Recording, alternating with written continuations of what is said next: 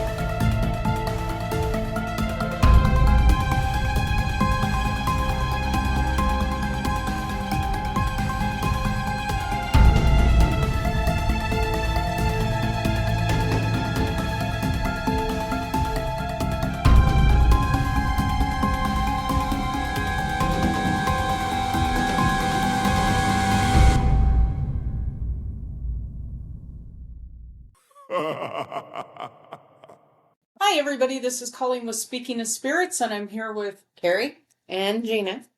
Today we are going to talk about thinning of the veil and what that specifically means. A lot of people have heard it, but I don't think everybody understands what that means, and that it's a little bit different for people with gifts.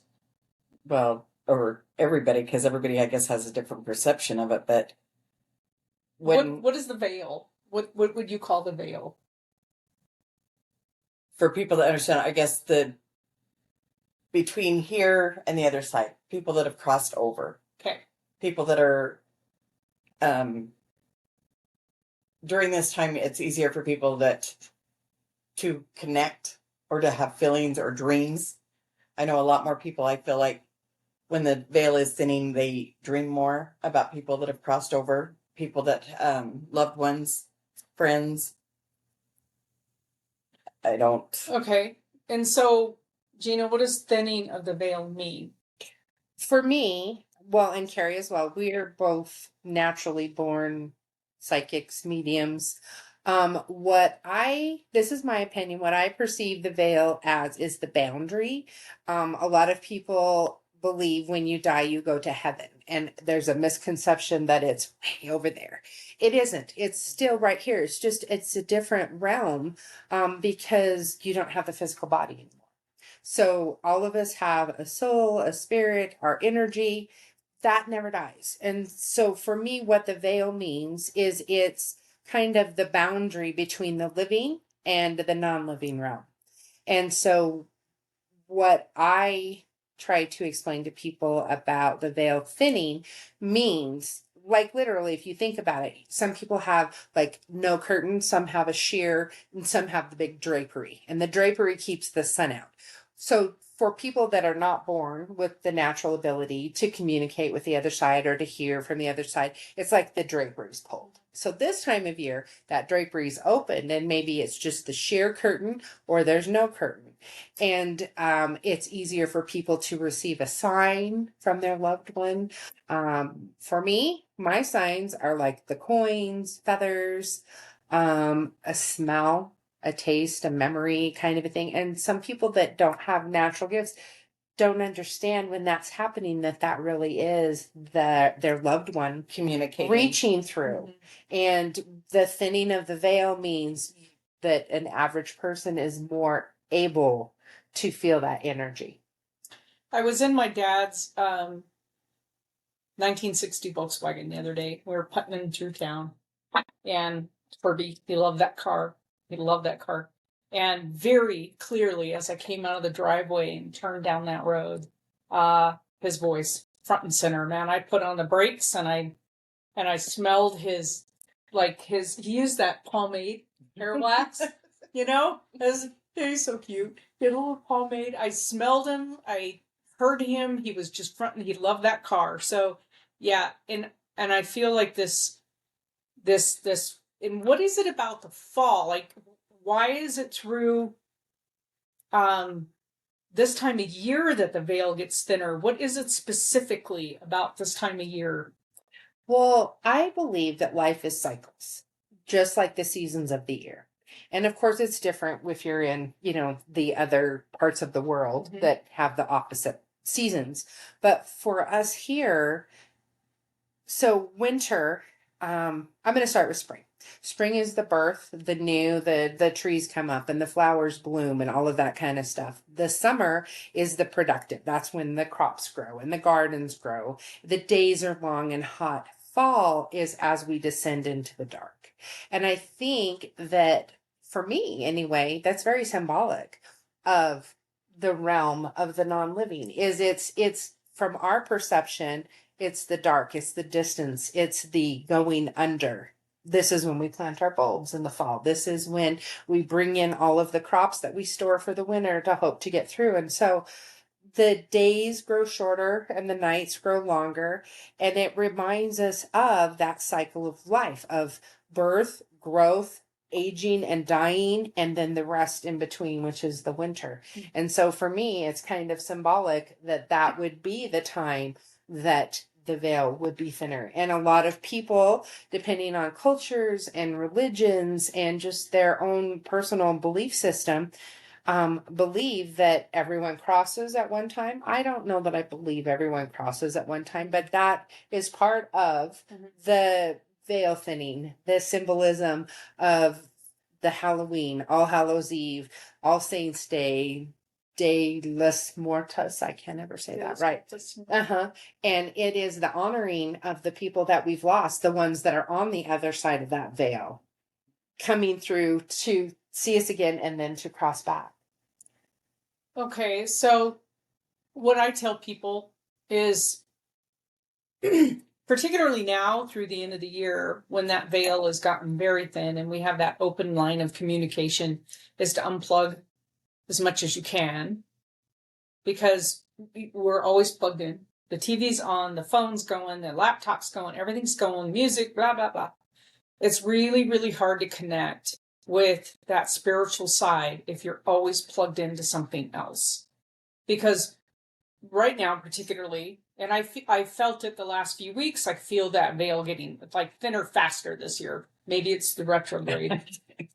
Damn. We're all in a good loop right now. Yeah. So as we record this, we're in a Mercury retrograde, but there's, I think, 7 planets that are retrograding right And now. then we got the blue moon coming up on. And the blue moon on Wednesday. And we had Lionsgate. There's huge Yes, there's transition in August. Most people should be. Most people, I would, if you truly stop and listen to yourself at all, you are going through a shift. Mhm. There is something changing in your life because that's what. Man, all I've changing. been anxious. My anxiety's been crazy. It's like, it's just been kind of a nutty. And I finally told Carrie and Gina, I said, God, I had to sit down the other night and go, what the heck is wrong with me? And then I looked and it's this huge retrograde and all this stuff going on. I'm like, oh my God. Because retrogrades don't always affect me. But this one, it's like a boomerang of emotions. Right, but I feel like there's been so much. I think we're at a place unplanetarily and vibrationally. There is a lot of shifting going on right now. I mean, it's literally everywhere with everybody in one form or another. Mm-hmm. So that thinning of the veil, and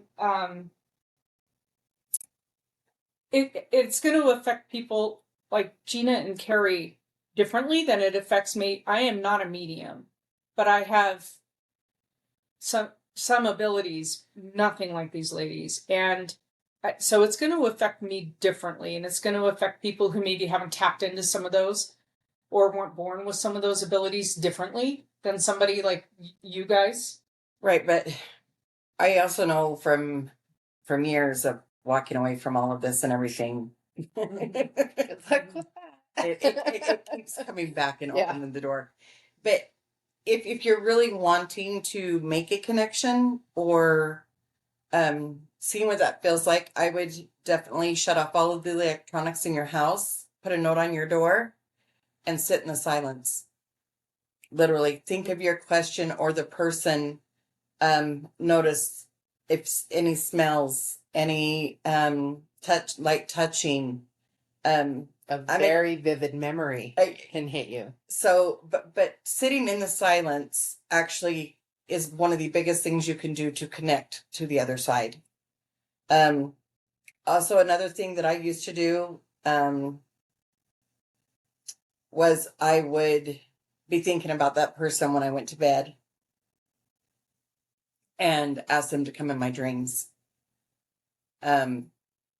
There's different things, and I do feel at this time of year it's easier for people to do it, but it's not a scary thing.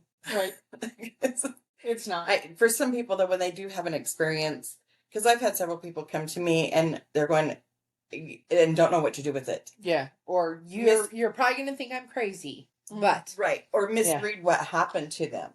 You know, and that's the biggest thing is being quieting your mind, quieting everything around you, and really focusing on the person from the other side. Or if you have a message from one of your guides or whatever, to receive it openly. Well, I mean, that's how I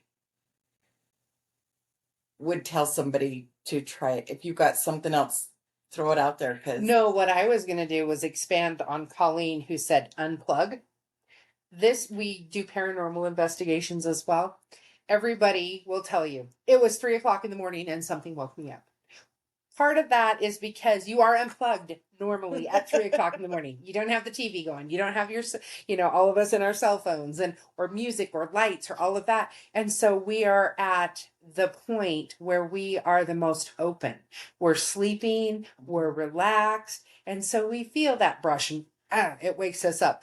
And I was born with all of my gifts, and I still get a little unsettled from time to time, depending on what I feel in the energy and or some new experience. So it's not, don't feel like if it scares you or you don't understand it that it's bad or there's something wrong with you, because I am 55 years old, and from as long as I can remember, I talked to God and angels, and I talked to people, and just I didn't even know the difference between living and dead for several years. I was probably 10, 12 years old before I realized what I saw, not everyone else saw. And so it can be a little frightening. But the thing of it is, especially if it's someone you love, a dream is a great way that most of them will come and visit, because it's a safe place. And I tell people, now that you know that when your dad comes into your dream, he's visiting you, hug him, and you can feel that warmth, or you can smell that, like you said, the pomade, the aftershave, maybe they're a smoker. Or like you walk somewhere and you get the smell of homemade cookies, and it's the same ones that grandma made. Yeah. It's not a coincidence. I don't believe in coincidences. That is their little way of saying, I love you, I'm here, hello, whatever. So, and I think also, and like I said, I am not a medium, and but I had kind of an extraordinary experience with the passing of my dad and what happened with that. That veil was so thin as he lay in the living room here that I don't really see the dad. It's really unusual for me to see something. I hear some things and I feel things, but I sense the emotions, but this house filled. I was literally sitting in the chair over here, and his bed was under this window in the living room, and it was like they were coming through the door. It was person after person after person, and they were quiet, and they were smiling, and they just waited. And a lot of the guys I knew, because they died before my dad. Some of them I didn't. They had World War II uniforms on. I'm assuming they died in war. Some of the people I didn't know. Most of them I did. And they just waited. And you could just feel that shift. And there was somebody here with me, and he said, get ready. It's going to be, because they give you a book in hospice. They give you this book, and it's supposed to be, this is kind of what the process is. Yeah. These processes didn't happen because we could feel everybody coming in. My stepmother, who had died a few years before my dad, she walked in the door and stood at the foot of his bed, and they were just as plain as you guys. And she was grinning from ear to ear like, I can't wait to hug you again. And it was then, boom, he took his last breath and done. That was it. He was gone. Yeah. But, and then it was like the door opened. Even the dogs left the house. Like they went into the bedrooms. They were so uncomfortable. It was so crowded in here. And it's a small space. And so they were uncomfortable. They left. And as soon as everybody had left, dogs came in, went back on their pillows. Everything was calm. And that veil right there was so thin that I When could did see. he pass? I mean, It what was time February. of year? It was And February. interestingly enough, most of our cases, our team, come between the end of December and the end of February. And I think it's because we're inside, usually. Right. We're near the sea You're more. in the winter months and the days are The shorter. days are short, so you're spending a great deal of time inside. So if that cabinet door does open, you're more aware of it. Or if, you know what I mean? All these things that probably went on the whole time you were never aware of, but now all of a sudden you're like, wait a minute, I did just shut that door and it's open again. So that's when we start getting all of our calls. But I also think winter, that veil, it's like not just at Halloween. It's that whole time. Well, of I slumber. think around the death cycle, Mhm. it absolutely fits. My mom and dad, it's been 17 years ago, almost 18 for my dad. He was on hospice and my mom had Parkinson's. They both had not been well for a long time. And so part of her Parkinson's was hallucinating. And so they took my dad and put him in a facility. It wasn't a hospital, but it wasn't a nursing home because they knew his time was short. And my dad, it was freezing. It was December, but it was freezing in that room. And it was like, sometimes I just don't want to deal with the other side. And I try to shut, this, you shut them out. But you could physically feel the cold. With my mom, it was different. She kind of had a nervous breakdown toward the end with her Parkinson's, and she was in a long-term care facility. And my mother had always been extremely vain. As you can see with my gray hair, I'm not. My mom always had her hair colored and her nails done and her makeup on and all that. Well, she told us on a Saturday, I need to get ready. Your dad is taking me on a date. And was like, okay, mom. So we got her hair colored and we got her nails polished. And the next day, can you hear that music? I think the angels are playing music. So she was starting to transition through that. She passed on that Tuesday. We were supposed to have gotten together right after lunch. And me and my children got the call at like 11:40 that they had taken her in her room to wash her hands. And when they came back to get her for lunch, in just that few minutes, she had passed away. And I'm sure my dad came to take her on her date. Yeah. And they passed. It was strange. They passed 6 months, 6 days, almost to the end of each other. And they had been married for 53 years. And my mom was furious that my dad got to leave first because she had been sick longer. But yeah, you could totally feel that. I didn't feel the cold as much. My mom passed in July, so it's totally different weather here in Idaho from July to December. But she knew it. She saw it. She was not afraid. And my dad actually had been afraid. He told me, I'm afraid. And I said, Dad, it's okay, and they'll be here to help you. You don't have to be afraid. And he did. That was the last time he talked, and that was at night. And the next day at noon is when he passed, and that was my mom. Was just right around just before noon when she passed. But yeah, it's interesting. Like they had 3 extra heaters in his room because it was so cold. Yeah, I didn't feel the energy shift like that. The temperature. No, the temperature, I didn't feel that. I was just so overwhelmed with going, oh my gosh, that's so and so and that's so and so, because I remember them as a child. Yeah, I remember all these guys from the airport, and oh, that guy was from the movies, and I just was like, wow, because he had such a varied past. There was all this cast of characters that were in the room, and I was like, wow, that's interesting, and people that I didn't know had already passed because we'd lost touch over the years. I thought, wow, it was really fascinating to me to watch it all play out. It took the sadness away because I knew there was so many people so excited. I mean, I'm certainly sad, but yeah. They were Well, so excited. it's like that meme where you're standing on the one dock and the boat's in the water, and it says we're all sad because that boat is leaving, carrying that person across, and then it shows and everybody else on the other side is like, Yeah. it's you. Yeah. Yeah. As I said, yeah, it's funny because there is like people like you're was afraid.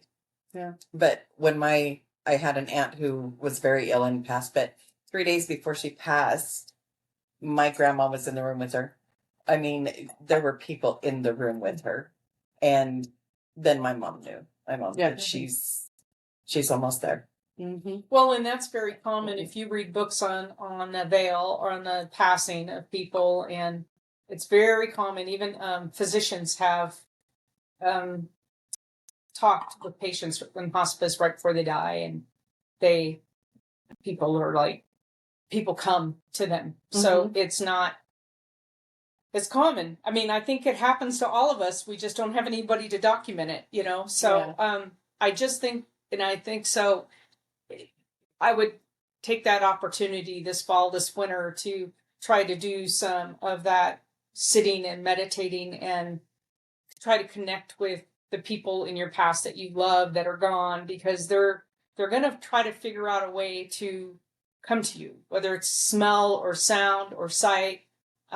They'll be there. You have to notice them. And that's the problem. I think we're so busy that we don't notice the signs. Well, and also a lot of us don't realize how much energy influence our like Wi-Fi or cable boxes and those kind of things create. And that's why they tell you shouldn't have a television in your room. You shouldn't have your cell phone plugged in, charging in your room, not just for this kind of thing, but health wise. Yep. And it's like, but that's where we miss a lot of those little signs, is because there's so much other disruption in the energy fields. But yeah, the thinning of the veil is definitely interesting. People will hear more thumps and bumps. I consistently have the people, you're going to think I'm crazy, but, and it's like, no, listen, if you want to think people are crazy, let me share some of my experiences with you, because it isn't crazy. It's a very natural, very spiritual, very important to realize, because a lot of people don't know, when we die, are we gone? Is that the end? It's not. It's like the caterpillar that turns into the chrysalis that turns into the butterfly. And I have to share a quick story. When my mom passed 18 years ago, we released butterflies at her funeral. Well, this year for my birthday, my husband took me and my grandkids and my children all to Pingree, Idaho. If you haven't been there, it's called Butterfly Haven. Amazing. And they released monarchs, which is what we released at my mom's funeral. My mom was there so much in every possible way, in every possible sign.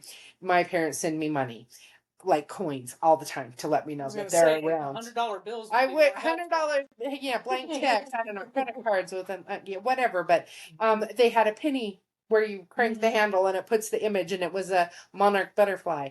And like we let go of the monarchs, but the monarchs didn't fly away for anyone in my family. They stayed. I have pictures, and there's one sitting on my shoulder, and there was one that would stay on my finger. And my little granddaughter, the monarchs were right there. She's so much like my mom.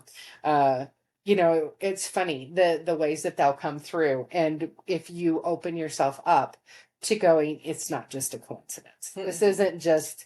My mom was really big into dragonflies, and when she died,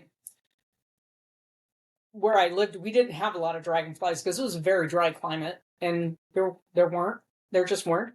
And we had her like a memorial gathering, and on my lawn we had food and everything, and everybody there, and there's dragonflies everywhere. Yeah, I'm like, that was weird. That was when you're in the stages of grief, you're like, you're not paying attention to all that stuff. And finally said, one of my coworkers was there. She's like, do you see all the dragonflies? And she's like, wow, you got so many of them. I started noticing. I'm looking around. I'm like, they are everywhere. What's going on? We didn't have any standing water. We didn't have water. Yeah. So what's funny about that is the dragonfly, the symbolism is the veil. Yeah. The veil. Yeah. Isn't that interesting? So that's a symbolism for the dragonfly is the veil. Because you look, they're iridescent. Oh yeah, the wings. Mm-hmm. Yeah. That's so wild because yeah. So it's amazing. You will get signs. You have to notice them. Take the time to notice them. That weird. You keep finding pennies like feathers, like there's so Bells many ring. marbles. Yeah. I find marbles all the time. Well, my dad was a practical joker. I'm like, where?